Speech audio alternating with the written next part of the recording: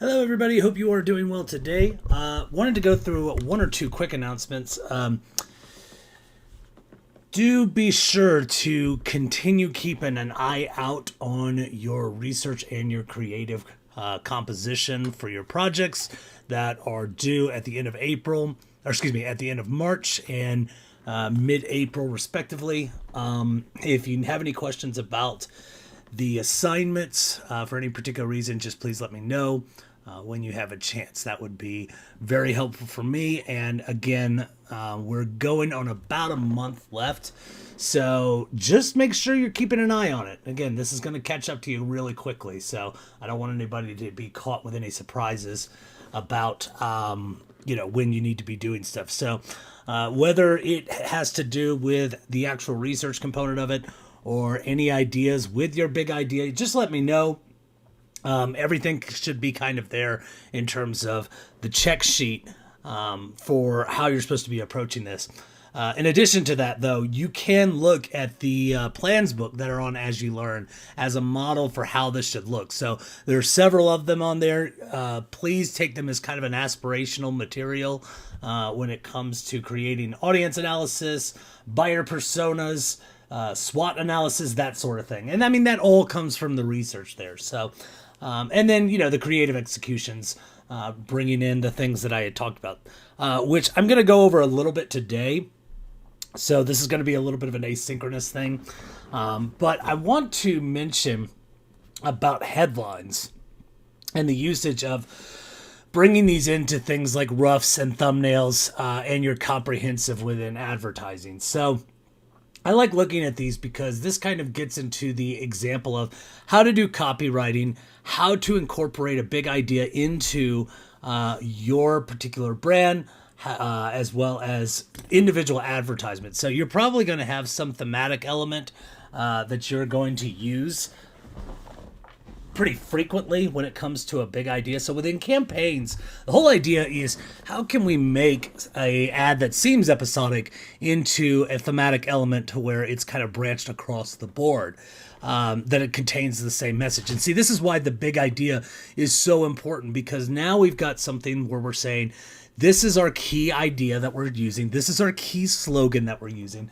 Now we want to utilize that in such a capacity that it is the umbrella that kind of holds everything in, and that we can use this throughout. So this is why big ideas usually have to be somewhat broad, so you can, again, be able to play around a little bit in terms of how you put your copywriting to good use.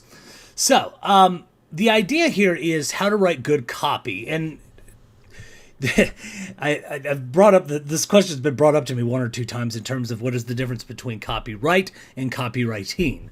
One has to deal with communication and advertising law, about business practices of what is something that you have control of as a brand, versus copywriting has something more to do with the things that you are creatively writing. So, this class is going to be unlike a lot of your other communication courses throughout your whole collegiate career, as well as looking into, not only this major, but, any part of your core curriculum as well, because advertising in this case can be a handful of copy, or it can be something very, very small. And the message can still get across depending on what you want to go for. So we can actually revisit Taylor's 6-segment strategy wheel that we've discussed in class before about what does that entail. And if it's something that's rational on that side of the wheel, then maybe what we're going to have a lot of copy. So things like pharmaceutical ads are probably going to have a lot of copy because they need to, because they have a lot of restrictions, which will be on your creative brief. Again, kind of a key thing in terms of how we're supposed to be writing with tone. Whereas if you're dealing with something like ego, or you're dealing with something like a social or sensory benefit, it might be more useful to use less copy in this case to get your point across. The key is understanding not only the language that needs to be used for the function of your advertisement based on the big idea for your campaign, but also being able to bring in a cohesive element with your audience that you're trying to communicate to. So we can look at a couple things here. So first and foremost, we have kind of a function of a headline. The idea here is to capture our audience attention, which, I mean, duh. That should go without saying. But we go into things like selecting your audience as an example here, because the idea for selecting your audience is, who are you trying to go after? So for many of y'all, and apparently can't spell inconvenience correctly over here. Hey, there we go. So for an audience here, it may be someone that you are already utilizing, or it may be someone you're trying to go for that's brand new. And both are fine, but understanding that there might be different word choices. There might be different sets of lingo or jargon or slang that may be used here. And so being able to accommodate for that actually goes a long way, depending on who your audience is. The other thing is luring readers into body copy. This is actually really difficult. And this is why many headlines have a small call to action to some capacity to basically say, keep reading. This is not only done through the actual writing, but it's also done through text as well. So on your As You Learn, there's actually some sheets there for copy. So you can actually go through, or not copy, text. So you can look at font choices, for instance, for when you should use a serif font, when should you use a sans serif font, when should you use a script font. Is there a time where I would want to use like a slab serif font, for instance? And the idea here is always to capture attention in a quick amount of time, especially when you're dealing with print ads, because the attention span for them is going to be pretty short. So those are all elements to keep in mind when you are looking into this. But again, body copy, regardless of how long it is going to be the more too long didn't read component of it. And to build people to get them into that particular area of the advertisement is difficult. So we'll show some examples for what that looked like.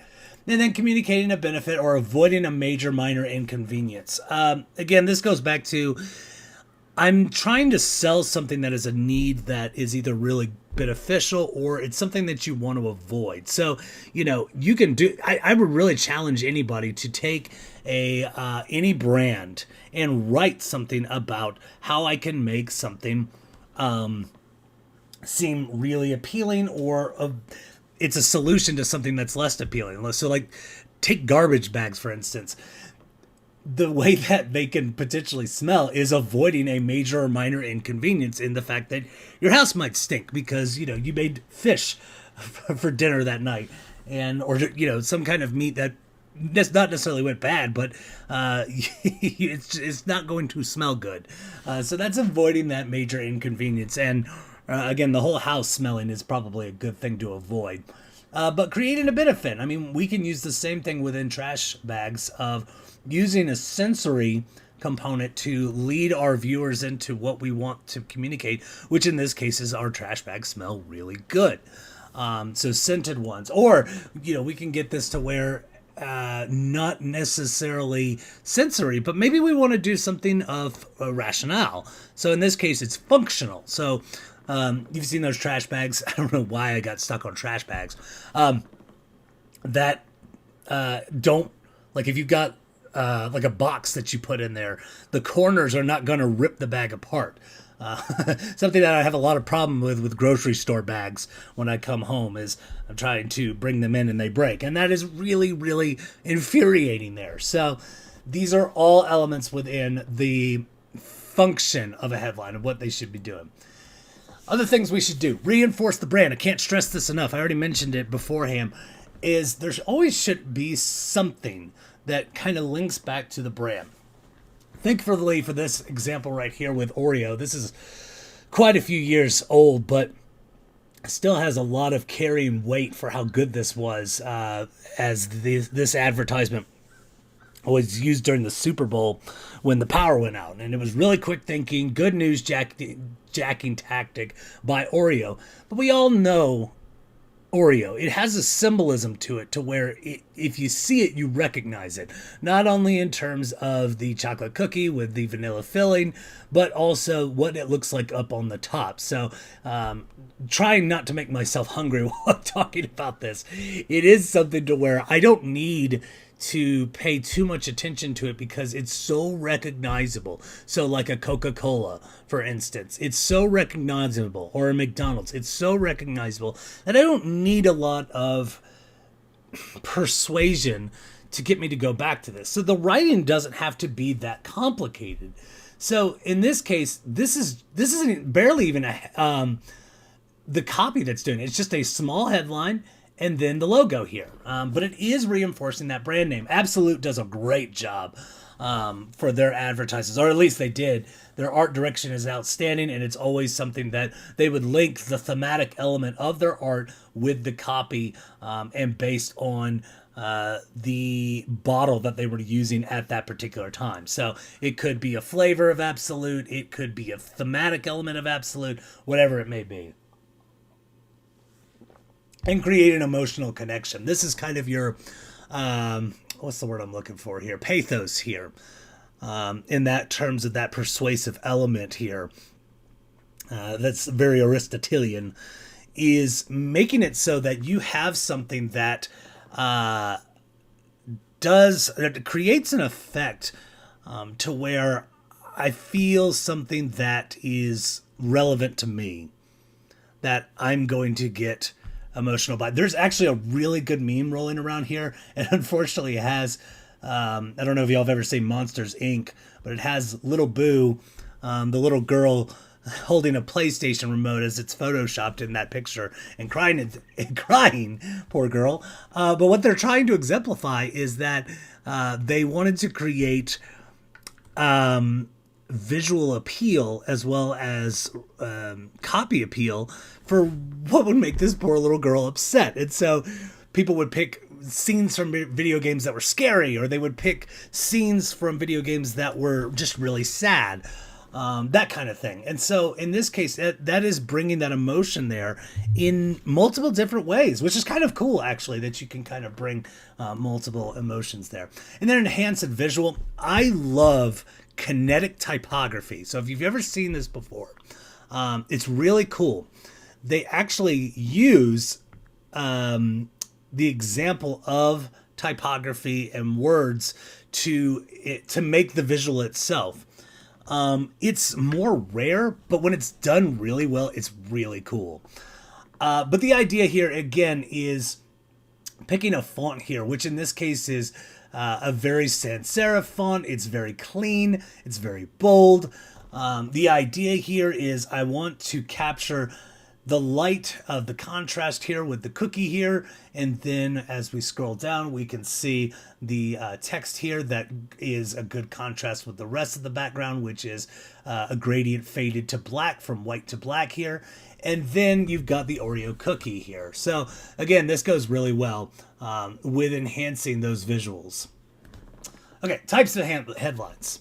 There's a couple of different ones that we're going to be talking about today. So one of them is reverse benefit, implying that the customer will be worse off without the product. This is very much infomercial here. You know, you see these in terms of not only the visual, but that, awkward voiceover of, do you have problems dealing with getting tall things off the cabinet? And you see somebody reaching for a Clorox bottle. I don't know why it's on the top cabinet in my analogy here, but they basically fumble with it and drop it on their head, which not safe, obviously. And so this idea of the infomercial trying to say, have this tool that's going to help you to reach to higher places would be what we would say is a reverse benefit when it comes to that headline. And so the idea here is being able to say, it's not going to be as good unless you have it. So you can think of the examples that you might want to portray within your clients, such as the Horton Hotel. It might be that you could portray a hotel that's really dirty, or you could portray something for a hotel that doesn't have good amenities or is in a bad location. and when I say bad location, it may be that people just want to be downtown. And so that reverse benefit, I mean, there's barely any place in Boone that I would say I wouldn't want to be at, but it would be something to where maybe somewhere's loud. Maybe somewhere is, again, not close to the amenities that I want to be at. And then there's direct benefit, offers the reader a reason to use the product. Very rational, very direct, doesn't have to be complicated. And I mean, this right here is Clorox gets out dirt detergents, leave in. I mean, it's super simple. It doesn't have to be complicated, and rationale is not the worst thing to be able to do in this case. Here's another one. Factual. So people love reading interesting pieces of trivia. And using things like fun facts, if you will, I mean, there's a reason why people love the Facebook page. I effing love science, because it's filled with factual information here. So in this case, they have this whole copy that goes down, and we've got kind of a subliminal advertising here with smoking kind of equal death here, which, you know, that's really interesting script font in and of itself. But as you scroll down here, you're kind of showing the dangers within years of smoking, and if you quit smoking, like what happens in this case. And that's really important to have sometimes, is just creating factual information. So some of this might be that you're actually demonstrating that these things are going to benefit you through example here. You know, it's very much the pics or it didn't happen kind of deal here. But again, if the text is clever and the text is correct, because many PSAs don't do this well, actually. They do over hyperbole when it comes to some of the advertisements that they're doing. And it actually has a boomerang effect. So what was the brand I'm thinking of for PSA? That's going to drive me nuts. Oh, Above the Influence did a lot of hyperbolic advertisements that would say, you know, if you smoked marijuana, then, you know, ultimately this would happen. And, you know, the target demographic, which was, you know, adolescents, kind of sat there and said, what you're claiming is not what would be occurring at all. So it actually had that boomerang effect where more adolescents wanted to try marijuana versus what the advertisement which was going for, which was trying to get them to try it less or not at all. So again, that's the power of good or bad headlines there. Other types of headlines. Curiosity. This could also be mentioned into clickbait or native advertising. BuzzFeed for a while did this, although native advertising has downsized a little bit over the years because, you know, it's one that they, through law, they had to include these logos here, like right after it. But it was something that they would say it seemed like a very authentic list to entice people. BuzzFeed did nostalgia for a very long time, very, very well. And their idea behind it was utilizing that nostalgia to get people coming back to viewing something and kind of reminiscing about, you know, good times or avoiding bad times that they had here. And with that, though, you would see these kind of headlines that, you know, 10 photos from 2012 that should never been shared. I don't know why I would click on that, but sometimes I'm bored enough that it would be, you know, within my wheelhouse to go after a headline like that. So the idea here, though, is I'm curious. I'm going to go search after it. And again, this is good clickbait, has a lot to do with that. But the idea with it, though, is if the goal, and I'll scroll back up here, if the goal here is to lure readers into body copy, then the idea is to not lie. So clickbait is actually can be very effective if it kind of comes into the body copy where it's still honest with what you're writing here. And then selective, intends to reach a specific audience. I really need to find that Bacardi ad that was really, really good. That it was like featuring buyer personas the entire time of who would be considered a group on the night on the town, which was this kind of empowering commercial for people that would be night owls, for instance.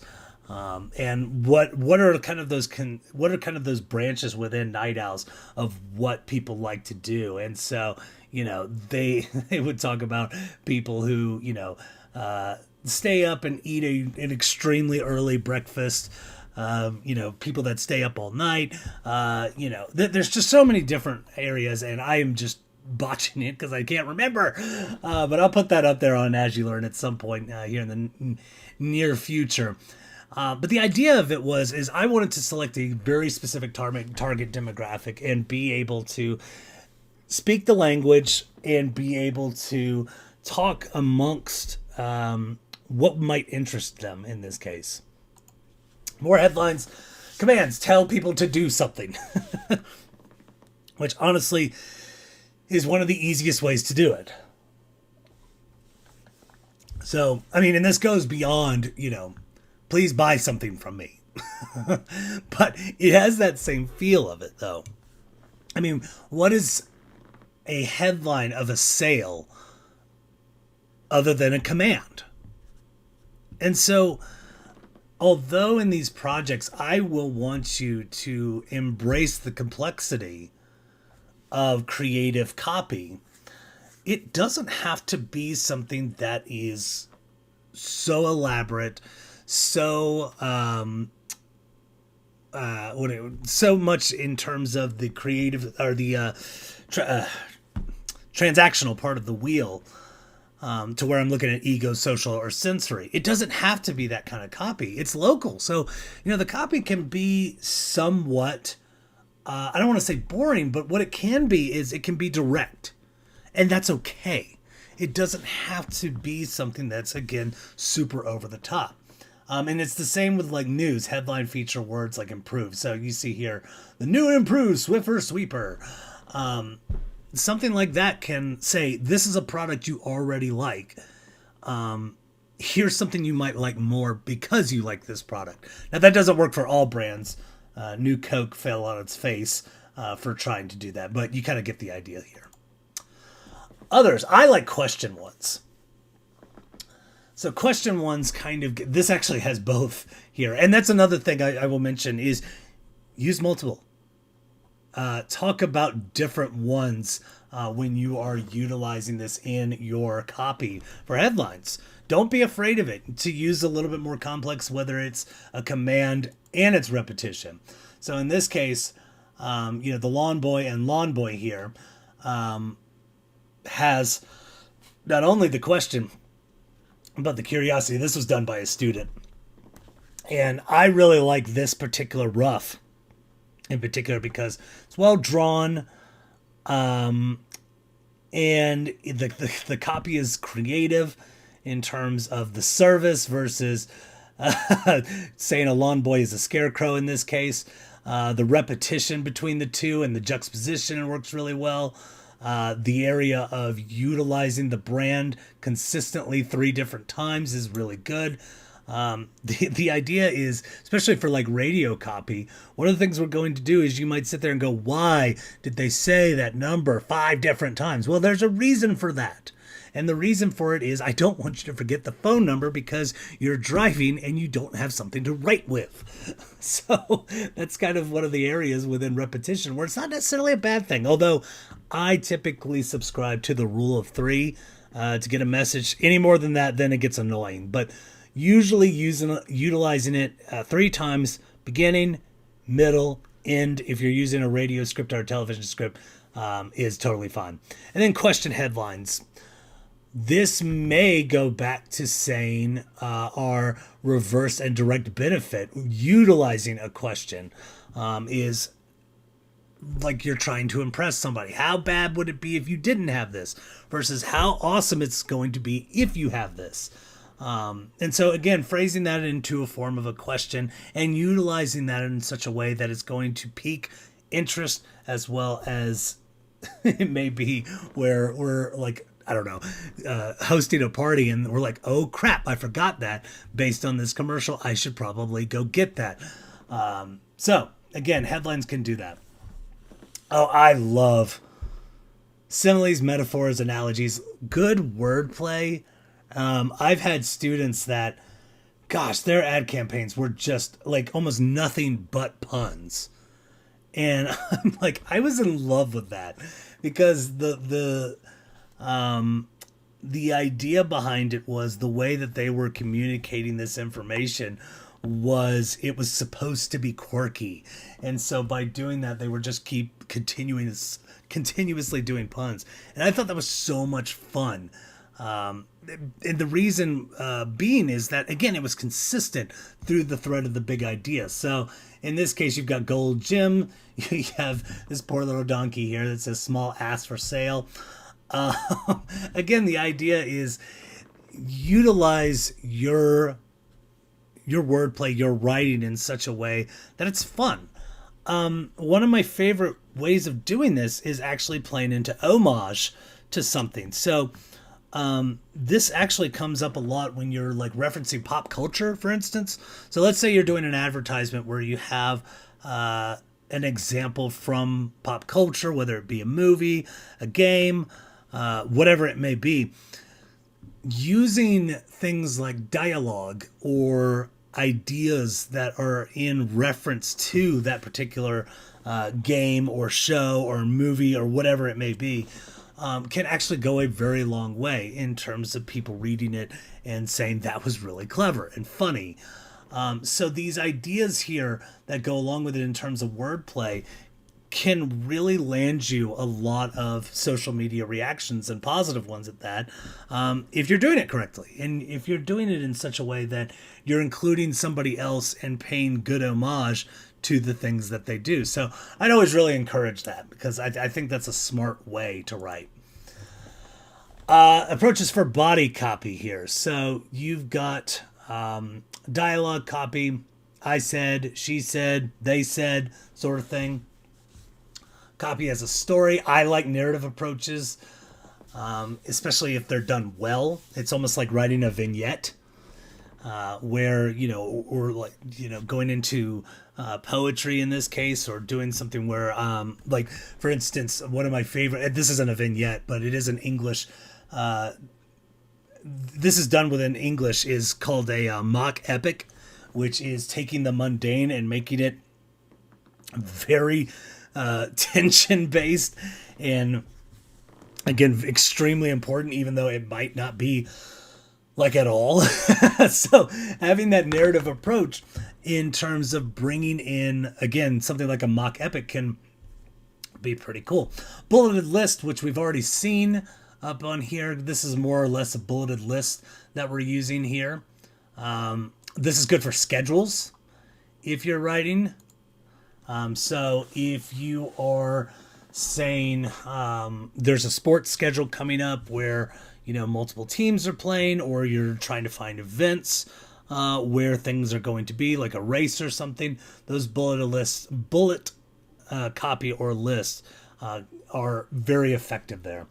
And then the standard approach is leading paragraph that bridges the headline and the rest of the copy. The key is with any of this, regardless of headline to body copy, or headline to subhead to body copy, it all has to have some flow to it. It always has to have this idea that is going to bring it from start to finish, that you will get a person hooked to it, enticed by it, and then wanting to read the rest. Hopefully that will lead in somebody, looking whatever it is you're selling up on like a Google search, or going on Amazon, or whatever it may be. That's kind of what our goal is in terms of how we effectively use our SEO. So you can see here the rough-in copy sheet. I talked about this, and we talked about it through some of the illustration here.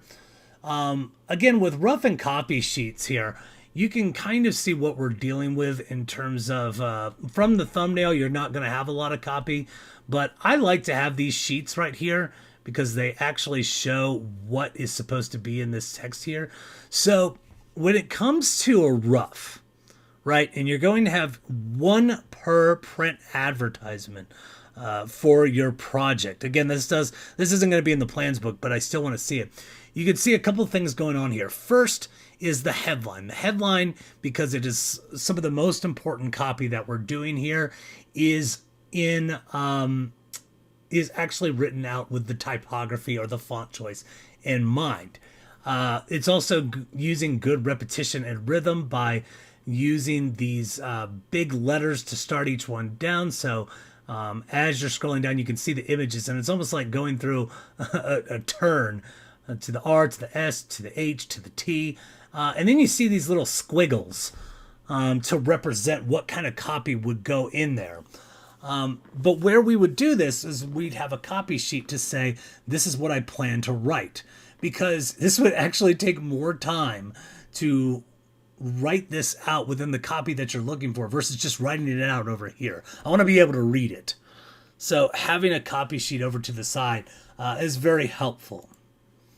So a copy sheet should feature the following: the name of the agency, the word copy, so things like client, title, job number, date, and in this case, headlines, subheads, copy, signature line, captions.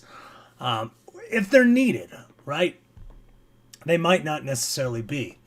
But these are the kind of things that we should be thinking about in any kind of place here. The reason that I like these right here in terms of the headers and labels is it gives me an indication for what I'm looking at any given point in time. The good thing is, like, you could send me an email with 2 files and say, hey, Dr. Daniel, this is the rough that I'm sending to you, and this is the copy that goes along with it. That's totally fine. But what will eventually happen is, let's say you've got 5 or 6 roughs, hypothetically, that you're turning in. Some of the problem that might go into it is that you might have some areas where it's not clearly labeled for the client. And so it might get mixed up in what you're trying to do, because sometimes the roughs are going to be somewhat similar to each other.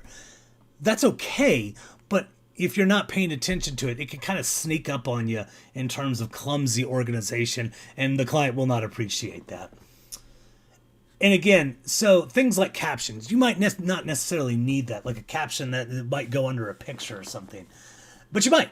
You know, I usually say anytime you will need these 4 right here in any given situation for it. So having a headline, a subhead, the thing that captures the attention, the sentence that is the transition to the paragraphs, bullet points, story, dialogue, whatever it may be.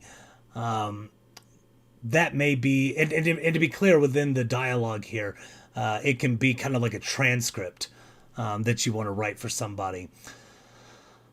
So again, headlines, subheads, copy, and then the signature line, which would probably include the logo as well as what is the big idea? What's the slogan? And anytime we're doing that, we want to connect those two together. So every single one of these within a campaign needs to flow together. And this is what makes copy so damn complicated. I think I'm going to stop it here. One thing that I will say, pay attention to it, is going through this good writing section. There's a lot of good advice in terms of when you're writing copy, eliminate unnecessary words, verb forms. You can look at extra adjectives, adverbs, unnecessary phrases. And I mean, there are these kind of areas in terms of vivid words. The key is, though, kind of thinking it in a form of journalism that, you know, don't use a $20 word when a $10 word will do just fine. But do so in a way that's colorful. I think some of the best stand-up comedians, for instance, are really funny based on the kind of copy that they use within their jokes. So like one of my personal favorite ones is Brian Regan. And the reason I like him is because he uses very descriptive language to kind of communicate a certain example. So it's not so much you won, it's pin the blue ribbon upon his chest. So using very descriptive language in that case and vivid examples may give you a better idea for what you might want to write. Mitch Hedberg was really good at that too, as well as Dimitri Martin. Very clever, very descriptive language choice in terms of what they use, which painted a picture extremely well for the audience. The idea is letting the audience come to you in terms of the story that you're trying to write for them within their copy, which is a hard thing to do. But again, using good language, using stuff that isn't going to break the bank when it comes to how long something is written, goes a long way. And I would encourage you, again, if you want an example of that, start paying attention to stand-up comedians, because they're really, really good at good writing. And they're really good at taking something that is relevant to an audience and bringing that example to them, that they could feel like it relates to them. So always look up aspirational material. Always gain inspiration, in this case, to continuously build upon your writing, because I feel like, and this is just me, and people might disagree with this, is that when I have been writing, when I've listened to stand-up comedians, or any type of tone that I'm aiming for, my brain kind of goes in that direction instinctively. This is why I say, within creative, start doodling stuff. Start writing things down while you're thinking.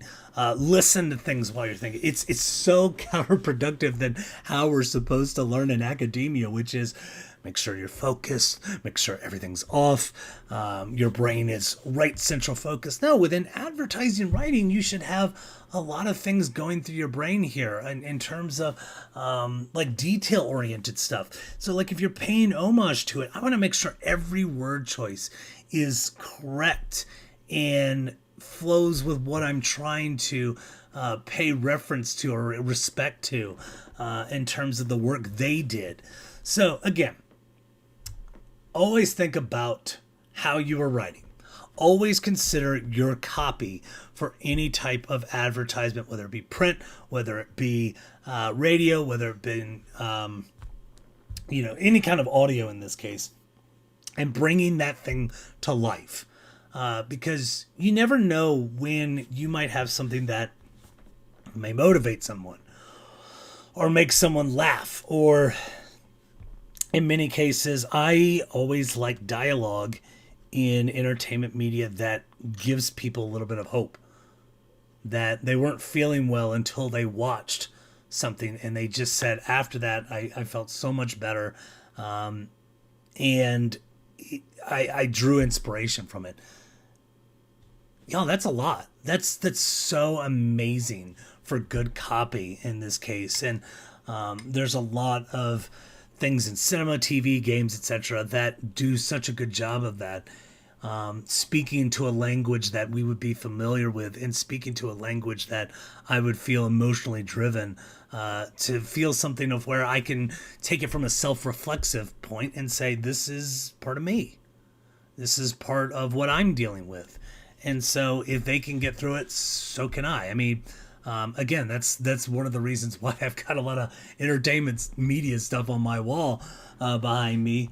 Anytime that you're on one of my lectures, is I like drawing stuff from things that give me motivation and hope, and put me in a good mood to continuously drive forward. So anyway, off my soapbox. Sorry about that. But anyway, this is all kind of part of good writing. Pay attention to this. Also, look at the copy, the typography for using fonts. I'm more than happy to talk with you about it. It's a good read for knowing when to choose a font. You may have been already talked to by some of the advertising faculty here about that. And if you ever need an example, look at how Roger Gantz does it. I love when he goes to the copier in Walker Hall. And one of the things he'll do is he'll have like 6 different font choices right in front of him, and he'll like compare each one of them with the text that he's going for, and then just continuously looking through. And I've always respected that, of this idea of seeing which one works best, seeing which one is the best flow within the image that you're working with, etc. So, okay, at risk of talking your ears off, this has gone pretty long here, but I hope you all have a wonderful day, a wonderful weekend, and I will see you all next week. Thanks.